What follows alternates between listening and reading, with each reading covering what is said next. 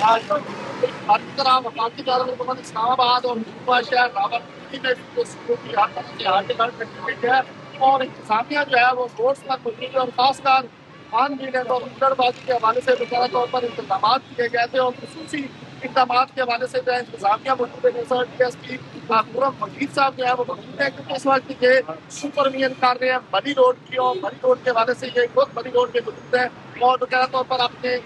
بھیڑ کے دیگر جو ان کے ساتھ ساتھی ہیں ان کے ساتھ یہاں پہ موجود ہیں اور ان سے پوچھتے ہیں کہ کتنے لوگوں کو ابھی تک جو ہے وہ ان کے خلاف کاروائی کی گئی کتنے جو ہے وہ گرفتار ہوئے ہیں اور کتنے کے بچے کیے گئے ہیں اور کن لوگوں کو وارننگ کی گئی اور اس وقت یہ بھیڑ کا بالکل سر بتائیے کہ سب سے پہلے جس جاتی ہے وہ ان کو مبارکباد دیجیے گا اس کے بعد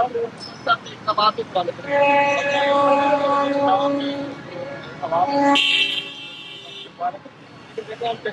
آزادی کی آڑ میں منڈلے روڈ پہ آ جاتے ہیں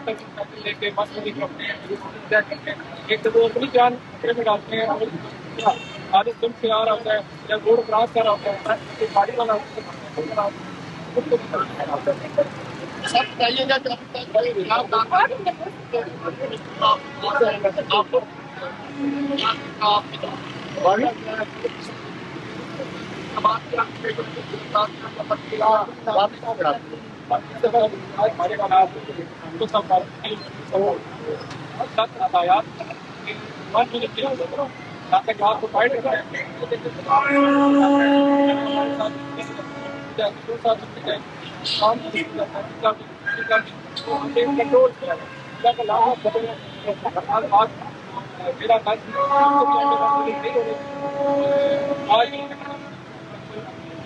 آج ہی ناظرین بڑی اچھی بات ہے کہ ون میٹنگ کے نام پایا گیا ہے باقاعدہ ڈی ایس پی صاحب کے کہنا ہے کہ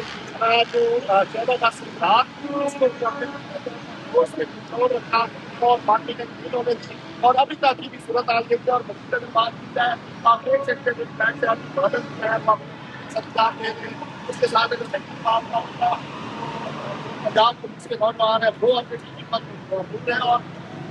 ساتھ ساتھ جو ہے ایس ایچ او صاحبان جو ہے وہ اپنی ڈیوٹی پر ہیں اور پھر اس کے ساتھ اگر ہم بات کریں تو کمیٹی چوک کے مقام پر ہے اور منسٹر بینس جو ہے وہ یہاں پہ کھڑی کی گئی ہے کسی بھی طرح کوئی اگر واقعہ ہوتا ہے یا کوئی مجرم جو ہے پکڑا جاتا ہے